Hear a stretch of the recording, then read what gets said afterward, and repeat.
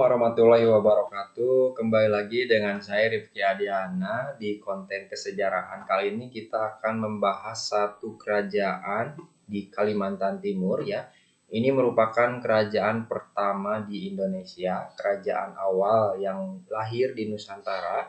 Ini merupakan kelanjutan dari materi yang sebelumnya kalian pernah pelajari mengenai teori masuknya Hindu-Buddha, masuk ke corak kehidupannya. Nah, sekarang kita masuk ke kerajaan-kerajaannya. Kita awali dengan kerajaan Kutai Martadipura ya. Oke. Sebagai gambaran umumnya, kerajaan ini merupakan titik awal, titik tolak transisi antara budaya sebelum adanya Hindu dan budaya sebelum adanya Hindu ya. Jadi ketika orang-orang Indonesia sebelum mengenal agama Hindu tuh di sini transisinya yang paling kental itu, yang paling intinya itu adalah mulai adanya tulisan. Ya. Kenapa kerajaan Kutai Martadipura ini informasinya bisa sampai di masa sekarang?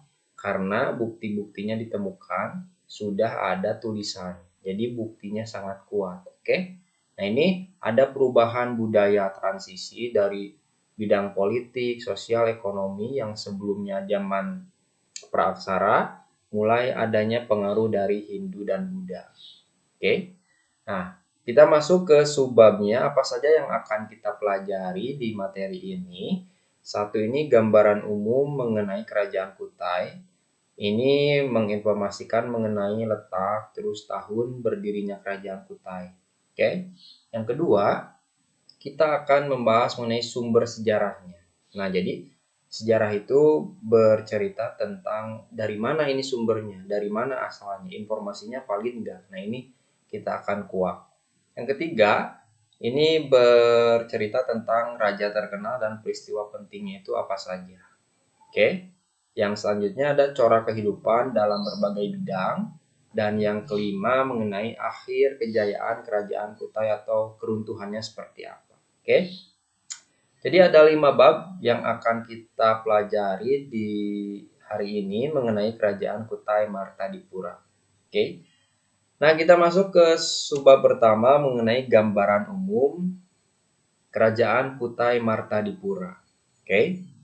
Kita lihat peta. Nah, itu ada Kabupaten Kutai Kartanegara. Ini peta zaman sekarang ya. Jadi tidak jauh dari peta ini, letak dari kerajaan Kutai Martadipura itu berada di Kalimantan Timur ya. Intinya letaknya itu dekat dengan Sungai Mahakam. Jadi tidak heran ya, tiap peradaban atau tiap kerajaan itu pasti tidak akan jauh dari sumber air, entah itu di pesisir pantai ataupun di pedalaman yang dekat dengan sungai. Contohnya ini kerajaan Kutai dekat dengan Sungai Mahakam. Oke. Letaknya berada di tengah-tengah Nusantara lah ya. Di sini pasti ada melalui rute perdagangan dari Malaka ke Maluku ya. Meskipun tidak langsung berinteraksi, mungkin ada pengaruh dari perdagangan itu sendiri. Oke. Nah, letaknya tadi disebutkan di dekat dengan Sungai Mahakam, tapi perlu diketahui ada 2 kerajaan di sini, ada Kutai Martadipura, ada Kutai Kertanegara. Ya, ini 2 kerajaan berbeda, yang satunya Hindu, yang keduanya itu Islam. Nah, nanti pada akhirnya nanti ada merger lah, dilebur ya. Ada konflik, nanti dilebur menjadi satu kerajaan. Oke. Jadi jangan ada kesalahan konsep. Di sini ada 2 kerajaan ya, yang coraknya beda, agamanya beda. Oke. Nah, ini munculnya kapan nih kerajaan Kutai Martadipura? Kerajaan Kutai Martadipura ini muncul lahir pada abad ke-4 Masehi. Oke. Abad 4 Masehi itu sekitar tahun 300-an ya. Jadi kalau abad 4 itu 300 sekian ya, bukan 400 sekian. Nah, kalau dalam Hindu itu ada penanggalan Saka. Beda dengan penanggalan Masehi. Kalau penanggalan Masehi itu kalau sekarang itu 2021.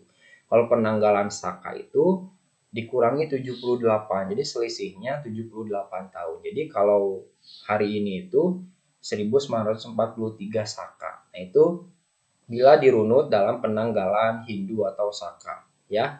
Jadi intinya Kutai Kartanegara atau Kutai Martadipura ini lahir pada abad ke-4 Masehi atau sekitar tahun 300 Masehi, ya. Jadi ini dipercaya sebagai kerajaan pertama di Nusantara atau di Indonesia karena memang bukti-buktinya itu paling tua angka tahunnya, ya. Mungkin di masa depan ditemukan lagi, penelitian lagi kerajaan yang mungkin lebih tua lagi dari kerajaan Kutai, mungkin abad kedua, abad ketiga, karena memang sumbernya belum ditemukan. Jadi kerajaan Kutai Martadipura ini merupakan kerajaan tertua di Nusantara. Ya, jadi sejarah itu memang dinamis lah, bergerak. Ya, mungkin di masa depan ditemukan bukti baru, ada kerajaan paling tua dari kerajaan Kutai, kita terima. Oke. Selanjutnya ada sumber sejarah kerajaan Kutai Martadipura. Jadi kalau sejarah itu bicara tentang fakta, ya, tidak asal-asalan, tidak sumbernya itu tidak maksudnya bisa dipercaya, ya, kuat, hasil dari penafsiran seorang sejarawan. Oke. Sumber sejarah dari kerajaan Kutai ini yang paling inti itu ditemukannya 7 buah yupa prasasti, ya, prasasti yupa disebutnya. Oke. Jadi ini prasasti yang berbahasa Sanskrit, Sanskerta, dan mempunyai huruf Pallava. Ini jadi pengaruh Hindu dan Buddha itu mulai ada di Kutai, ya. Sehingga peralihan dari masa praaksara ke aksara itu di kerajaan Kutai ini karena mulai diberlakukannya adanya tradisi menulis, ya, yang sebelumnya tidak ada di Nusantara. Oke. Tapi karena keterbatasan informasi, mungkin prasastinya sulit dibaca ataupun sudah rusak, baru 3 prasasti yang bisa ditafsirkan. Isinya apa saja? Satu, mengenai silsilah raja-raja Kutai. Oke. Jadi raja-raja yang pernah berkuasa di Kutai Martadipura ini yang terkenal itu ada 3. Satu ada Kundungga, 2 ada Aswawarman, 3 ada Mulawarman. Nah, ini keturunan, ya, turun temurun dari ayahnya Kundungga sampai ke Mulawarman cucunya. Oke. Ini ada silsilah raja-rajanya. Yang kedua, disebutkan masa kejayaan. Jadi prasasti itu selain isinya sebagai kutukan, ada juga isinya tentang masa kejayaan, prestasi-prestasi raja yang sudah ditempuh itu apa saja dituliskan di prasasti. Salah satunya ini Raja Mulawarman yang mengadakan syukuran selamatan atau kenduri. Terus di sini disebutkan Kundungga itu sebagai pendiri dari kerajaan, sedangkan Aswawarman itu sebagai pendiri dinasti. Oke. Yang ketiga, ada tempat dan upacara penting. Nah, di sini bisa diidentifikasi dari sumber sejarah Yupa ini ada beberapa informasi, ya. Satu, adanya tempat suci namanya Waprakeswara.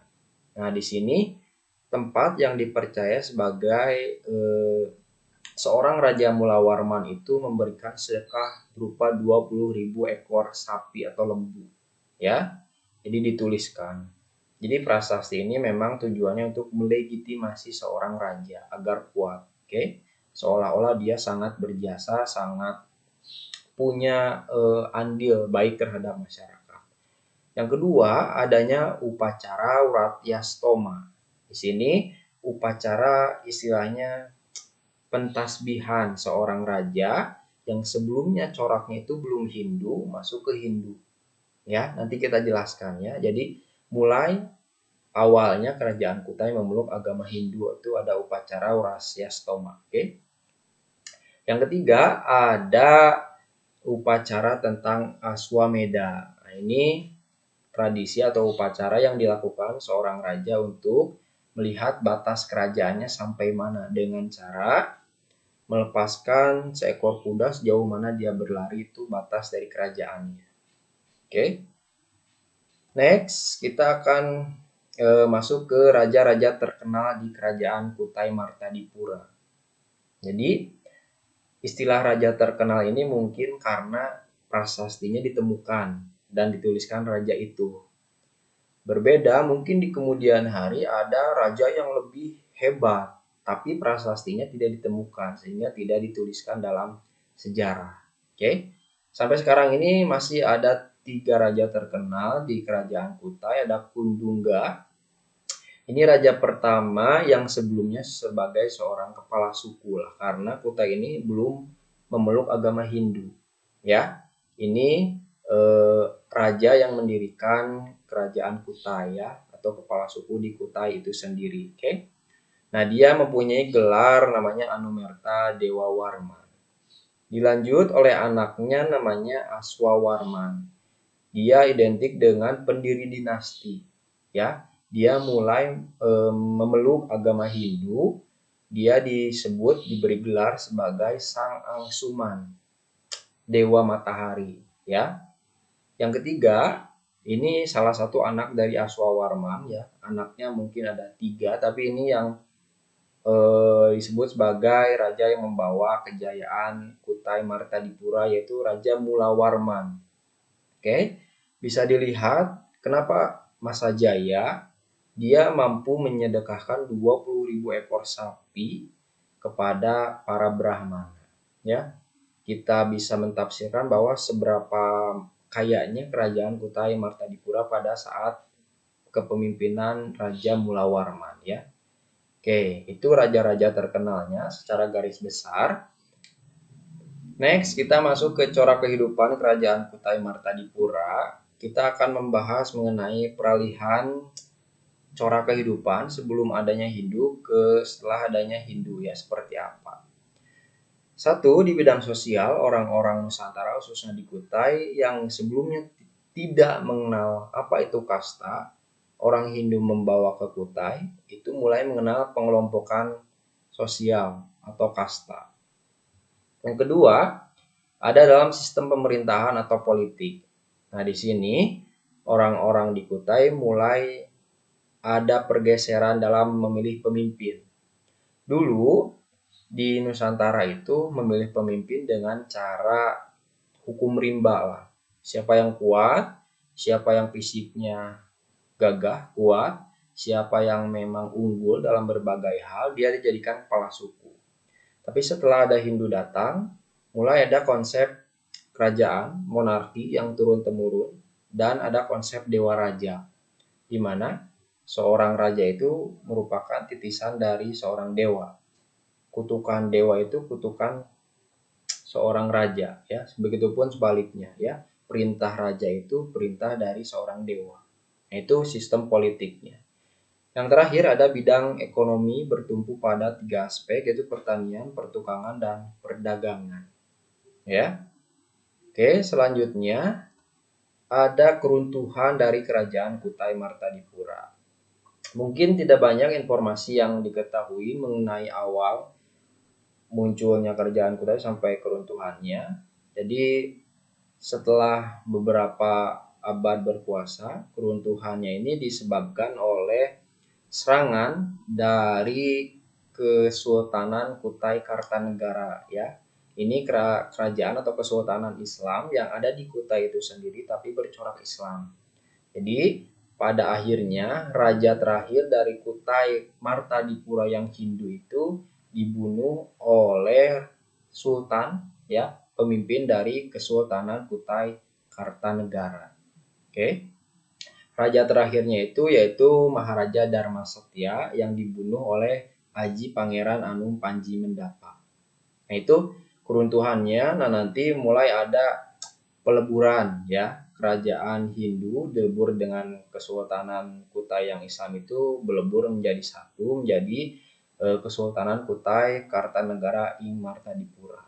Oke. Nah, sejak saat itu mulai ada perubahan corak kehidupan lagi. Yang tadi di Kutai sebelum adanya Hindu itu praaksara, masuk Hindu mulai mengenal aksara, nah masuk Islam budayanya beda lagi ya. Mulai ada nuansa budaya Islam. Oke. Nah, itu materi yang dijelaskan, dipaparkan mengenai kerajaan Kutai Martadipura. Oke, terima kasih atas perhatiannya. kita telah belajar mengenai kerajaan Kutai Martadipura. Selanjutnya nanti kita akan belajar mengenai kerajaan Tarumanegara yang kekuasaannya meliputi wilayah Banten dan Jawa Barat lah ya. Terima kasih. Assalamualaikum warahmatullahi wabarakatuh.